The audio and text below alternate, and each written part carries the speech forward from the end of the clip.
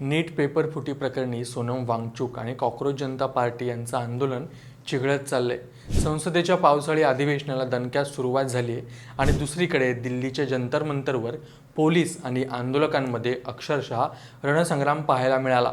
संसद भवनाच्या पायऱ्यापर्यंत आपला आवाज पोहोचवण्यासाठी निघालेल्या आंदोलकांवर दिल्ली पोलीस आणि रॅपिड ॲक्शन फोर्सच्या जवानांनी केलेल्या लाठीमारचे व्हिडिओ सध्या सोशल मीडियावर तुफान व्हायरल होत आहेत। मोठी वाहनं, वॉटर कॅनन आणि मोठा फौजपोटा तैनात करून संपूर्ण परिसर छावणीत बदलण्यात आलाय।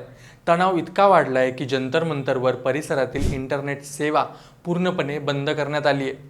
मोबाईल जॅमर्स लावण्यात आलेत। पण या सगळ्या प्रकरणात नक्की काय घडतंय? कॉकरोच जनता पार्टीच्या मोर्चाला पोलिसांनी का रोखलं होतं? जंतर मंतरवर तो दगडांनी भरलेला डंपर कुठून आला? आणि गेल्या 23 दिवसांपासून उपोषणाला बसलेल्या सोनम वांगचुक यांनी सरकारसमोर कोणत्या 3 कडक अटी ठेवल्या आहेत, हे सर्व आपण या व्हिडिओमध्ये पाहणार आहोत। त्यामुळे व्हिडिओ शेवटपर्यंत पहा, कारण सांगतो लीलाधर, कृपया माहितीसाठी। आजपासून संसदेचे पावसाळी अधिवेशन सुरू झाले आणि त्याच मुहूर्तावर कॉकरोच जनता पार्टीने संसदेवर मोर्चा काढण्याची हाक दिली होती। देशभरातून हजारो आंदोलक जंतर मंतरवर जमले होते। गेल्या अनेक दिवसांपासून सुरू असलेल्या या आंदोलनाला तीव्र स्वरूप प्राप्त झालं होतं। मात्र दिल्ली पोलिसांनी आंदोलकांना थेट संसदेवर जाऊ देण्यास स्पष्ट नकार दिला होता। पोलिसांनी आंदोलकांसाठी एक सीमारेषा आखून दिली आणि जंतर मंतरपासून केवळ 1 किलोमीटर अंतरावर असलेल्या केरळ भवनापर्यंत मोर्चा काढण्याची परवानगी आल्याचं सांगितलं जातंय। यावरून पोलीस प्रशासनात आणि आंदोलकांमध्ये मोठा वाद निर्माण झाला होता। परिस्थिती हाताबाहेर जात असल्याचं पाहून रॅपिड ॲक्शन फोर्सच्या जवानांनी आणि दिल्ली पोलिसांनी आंदोलकांवर बेछूट लाठीमार केला। लाठ्यांचा तडाखा बसताच तिथं एकच गदारोळ माजला। काही संतप्त आंदोलकांनी पोलिसांच्या दिशेने दगड भिडकावल्याचंही वृत्त समोर आलंय। या झटक्यात अनेक जण जखमी झालेत आणि आंदोलनाची ही धग वाढू नये म्हणून प्रशासनाने तातडीने पावले उचलल्याचं जंतर मंतरवर परिसरातली इंटरनेट सेवा पूर्णपणे खंडित केली आहे। मोबाईल जॅमरची संख्या वाढवली जेणेकरून बाहेरच्या जगाशी संपर्क होऊ नये। कालपासून या परिसरात मोठी वाहनं आणि वॉटर कॅनन उभं करण्यात आलं होतं। एकीकडे देशाचे कायदे बनवणारे खासदार संसदेत जात होते आणि दुसरीकडे रस्त्यावर सामान्यांच्या रक्ताचे पाट वाहत होते काय, अशी परिस्थिती निर्माण झाली। आंदोलकांच्या या हुद्द्यावर नियंत्रण मिळवण्यासाठी पोलिसांनी लावलेला हा फौजफाटा पाहून दिल्लीच्या रस्त्यांवर अनाडीपणा आणि हुकुमशाहीची झलक स्पष्टपणे दिसून येत होती। गेल्या महिन्याभरापासून आपल्या हक्कासाठी आणि शिक्षणासाठी दिल्लीच्या कडक उन्हात आणि पावसात बसलेल्या या आंदोलकांवर अशा प्रकारे लाठ्या चालवणं कितपत योग्य आहे, असा सवाल आता सोशल मीडियावर व्हायरल होतोय। संसदेच्या सभागृहामध्ये कामकाज सुरू होताच या आंदोलनाची आणि देशभरात गाजलेल्या नीट परीक्षा पेपर फुटी प्रकरणाची तीव्र पडछाया पाहायला मिळाली। विरोधी पक्षांनी आक्रमक होत सभागृहात नीट परीक्षा पेपर फुटीवर तातडीने चर्चेची मागणी केली। मात्र लोकसभा अध्यक्षांनी ही मागणी फेटाळून लावली। विरोधकांनी या निर्णयाचा तीव्र विरोध करत सभागृहात जोरदार घोषणाबाजी सुरू केली आणि एकच गदारोळ घातला। परिस्थिती नियंत्रणात आणण्यासाठी लोकसभा अध्यक्षांनी कामकाज दुपारी 12 वाजेपर्यंत तहकूब केलं होतं। संसद भवनामध्ये जेव्हा हा राजकीय कलगीतुरा रंगला होता, त्याचवेळी पडद्यामागून हालचालींना प्रचंड वेग आला होता। एका बाजूने रस्त्यावर पोलिसांच्या लाठ्या चालू होत्या, तर दुसऱ्या बाजूने सरकारकडून अत्यंत गुप्तपणे कॉकरोच जनता पार्टी आणि सोनम वांगचुक यांच्यासोबत वाटाघाटी सुरू करण्यात आल्याची माहिती समोर येत आहे।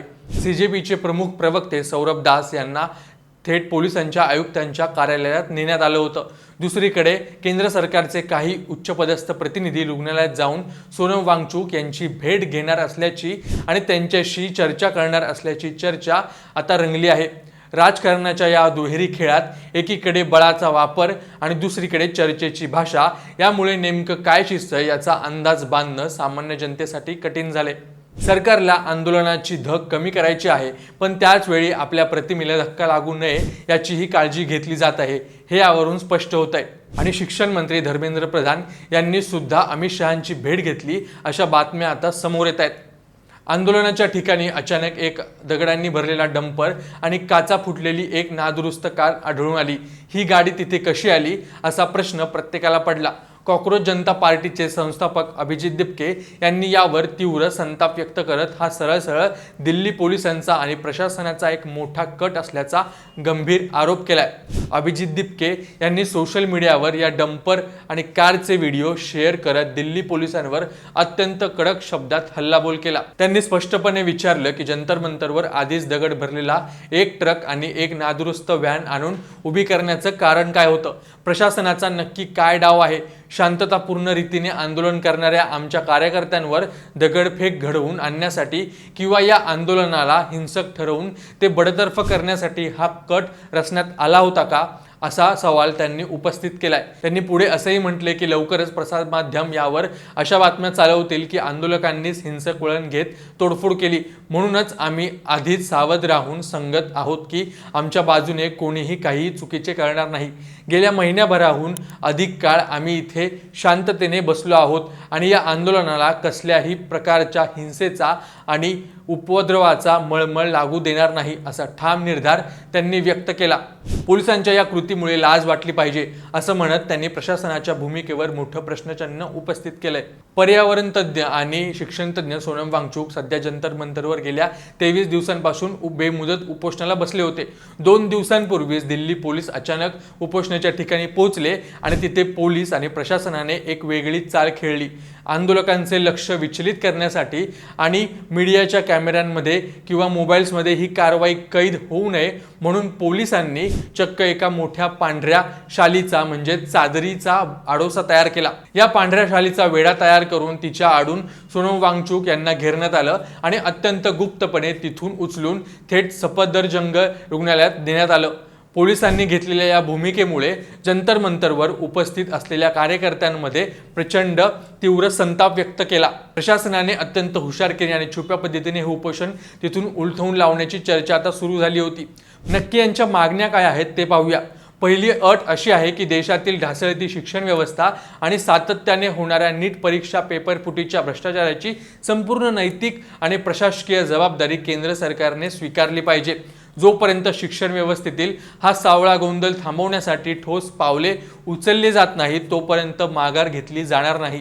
दुसरी अट अशी आहे की देशाच्या सर्वोच्च न्यायालयाच्या सरन्यायाधीशांच्या एका शिष्टमंडळाला संसदेत जाऊन या विषयावर भूमिका मांडण्याची परवानगी दिली पाहिजे आणि संसदेतील सर्वपक्षीय खासदारांनी हा अतिशय संवेदनशील मुद्दा आगामी काळात लावून धरण्याचे स्पष्ट आश्वासन दिलं पाहिजे।